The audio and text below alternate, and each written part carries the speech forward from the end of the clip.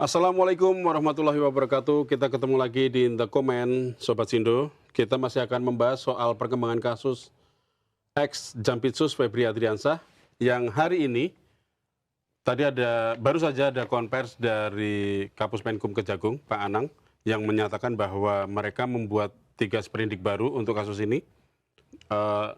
Dan berikutnya adalah membentuk tim penyidik khusus untuk mengusut mantan atasannya ini. Nah, kita akan membahasnya. Ada Om Sucipto dan juga Pak Sunu yang akan membahas soal ini. Tapi sebelumnya kita lihat dulu, ada konferensi pers yang tadi disampaikan ya. Kita lihat dulu. Dugaan tindak pidana korupsi untuk perkara PLTU PLN yang bailout. Ketiga, sprindik 45 terkait dengan Asabri, sebagaimana laporan yang kita terima dari penyidik Polri. Jadi sudah dibentuk dan semenjak diterbitkan sprindik, maka segala kegiatan dan tindakan-tindakan yang bersifat pro justisia sudah beralih kepada penyidik kejaksaan. Dan dalam pelaksanaannya kita tetap bersinergi dan berkolaborasi dengan penyidik Polri, dan juga kita akan berkolaborasi dengan KPK untuk mensupervisi proses penyidikannya, dan juga tentunya sesuai dengan kemarin bahwa mitra kita dari Komisi 3 DPR akan ikut juga mengawasi pelaksanaan proses penyidikan yang sudah diserahkan kepada penyidik Kejaksaan Agung. Enggak dong. Kan dari sprindik Polri sudah diserahkan ke kita. Secara resmi kan hari Sabtu kemarin sudah. Nah, menindaklanjuti. Dan ini hal biasa, dulu juga pernah. Dulu di Asabri kan Asabri dulu dari Polri diserahkan ke kita. Ya, karena dengan ada terbit kan kita meneruskan. Dan sekarang kan adanya beralih di Kejaksaan. Pak, tapi status tersangkanya tetap berlanjut atau menunggu penetapan ulang di... Nah, ini kan kita menunggu, tentunya kan ini sprindik, kita sudah menyiapkan sprindik. Tersangka itu kan dikeluarkan dari sana ya. Nah, tentunya kita pelajari, nanti penyidik ini kita buka, kita pelajari dulu. Berdasarkan barang-barang bukti yang ada, juga sambil berlanjut ini. Termasuk nanti kan kita belum menerima, ini yang baru kita terima kan dokumen-dokumen, belum barang bukti, nanti juga tersangka kita terima.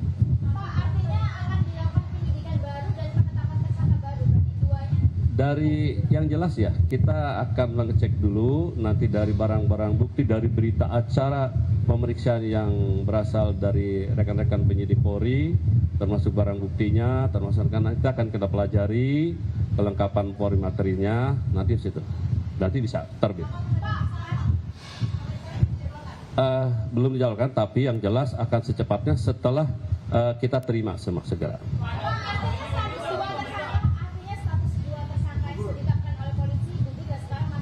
Tidak gugur, tapi kan kita sprindik dulu, terbit.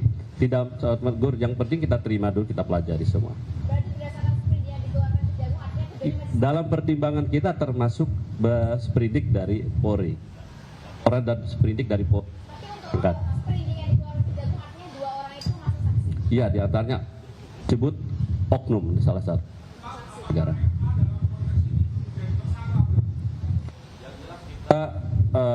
Penyidik untuk saat ini sambil menunggu kita mulai.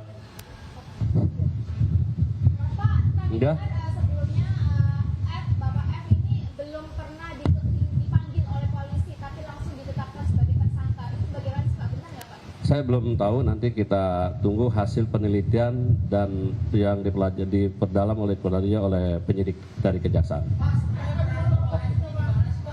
Ya, saya belum. Ya, itu tadi ya keterangan pers dari Kapus Penkum, Pak Anang Supriyatna, yang menyatakan bahwa memang akan ada sprindik baru, dan sprindik baru ini nantinya seperti apa, ini katanya akan meneruskan, tapi akan kembali melakukan penyidikan dari awal, gitu ya? Kalau nggak salah ya. Secara hukumnya seperti apa sih, Mas? Kalau dilihat dari pernyataan ini tadi, sebagai orang awam kan, ini terus gimana ini maksudnya gitu kan? Ada sprindik baru, kemarin kan sudah di diselidiki sama Polri ya, meskipun belum ada pemeriksaan langsung ke Febri Adriansyah. Ya, kalau saya melihatnya bahwa penerbitan 3 sprindik baru ini adalah titik masuk bagi penyidik kejaksaan untuk memeriksa Febri Adriansyah ini gitu. Walaupun sebelumnya polisi juga sudah mengeluarkan sprindik ya. Nah, sprindik ini sudah diserahkan ke Kejagung. Nah, Kejagung mengeluarkan sprindik baru. Nah, penyidik Kejagung ini akan melakukan penyelidikan, cuman bedanya ini berawal dari barang-barang bukti yang diserahkan dari kepolisian. Bukan, biasanya kan kalau sprindik itu kan ada pemeriksaan saksi dulu nih, diperiksa dulu sebagai saksi, kemudian ditingkatkan menjadi tersangka. Nah, kalau ini mungkin diawali dari pemeriksaan barang bukti. Semua. Oke. Jadi ini cuma sekedar penamaan aja ya? Penamaan aja. Formalitas gitu bisa disebut? Ya, bisa dikatakan seperti itu.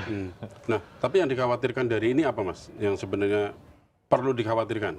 Karena kan kemarin kita tahu ya bahwa Febri Adriansyah kan memang belum diperiksa Sebagai langsung saksi. oleh polisi kan. Dan ini nanti dengan adanya sprindik baru dan akan diperiksa oleh pihak kejaksaan sendiri, apa yang perlu dikhawatirkan dari itu? Yang perlu dikhawatirkan mungkin kan konflik of interest ya. Maksudnya ada konflik kepentingan mengingat penyidik ini akan memeriksa mantan petinggi di Kejaksaan Agung. Ini kan yang dikhawatirkan. Terus kekhawatiran kedua adalah terkait dengan barang bukti gitu. Karena berdasarkan salah satu pengakuan pengacara dari Don Rito kalau nggak salah itu bilang bahwa uang yang disita oleh penyidik polisi itu adalah uang yang digunakan untuk pembangunan pelabuhan di Kalimantan Timur. Artinya belum tentu itu uang dari atau barang bukti milik Febri Adriansyah. Nah, ini yang dikhawatirkan akan mengaburkan barang bukti yang sudah disita. Itu yang dikhawatirkan. Itu yang dikhawatirkan. Oke. Kalau Pak Sunu, dari kacamata hukumnya seperti apa nih Pak? Dengan adanya sprindik baru, terus nantinya akan disidik oleh pihak kejaksaan. Kalau saya melihatnya bahwa kejaksaan mengeluarkan sprindik baru ini kan juga untuk menguatkan kewenangannya. Jadi sekarang kewenangan seluruhnya sudah di tangan kejaksaan. Karena tadi Pak Kapus Penkum Anang Supriyatna menyatakan bahwa semenjak diterbitkan sprindik ini, segala kegiatan dan tindakan-tindakan yang bersifat pro justisia sudah beralih kepada penyidik kejaksaan. Jadi memang kejaksaan berkoordinasi dengan Kapolri dan KPK ya, cuma kewenangan penuh dari kejaksaan. Itu satu pertama. Yang kedua juga tadi sempat ditanya, ini sudah ditetapkan sebagai terangkap Febri Adriansyah ini, cuma kan belum pernah diperiksa Pak. Itu kan kalau sesuai KUHP itu kan harusnya diperiksa dulu kan. Betul. Nah ini rawan untuk masuk ke pra-peradilan kan. Nanti pihak Pak Febri ini bisa masukkan pra-peradilan kan, itu haknya dia, seperti yang kasusnya Roy Suryo. Nah ini yang perlu dicermati bahwa masih ada celah hukum yang bisa dimanfaatkan oleh pihak yang jadi tersangka. Apalagi tersangkanya kan pendekar hukum ya, master hukum yang tahu celah-celahnya itu. Menurut saya itu perlu diantisipasi. Yang kedua, ketika juga masyarakat kan sekarang bertanya bahwa jangan sampai keadilan untuk masyarakat itu tercederai. Ya itu. Jadi ini kita tunggu langkah tegas Kejaksaan Agung seperti apa gitu.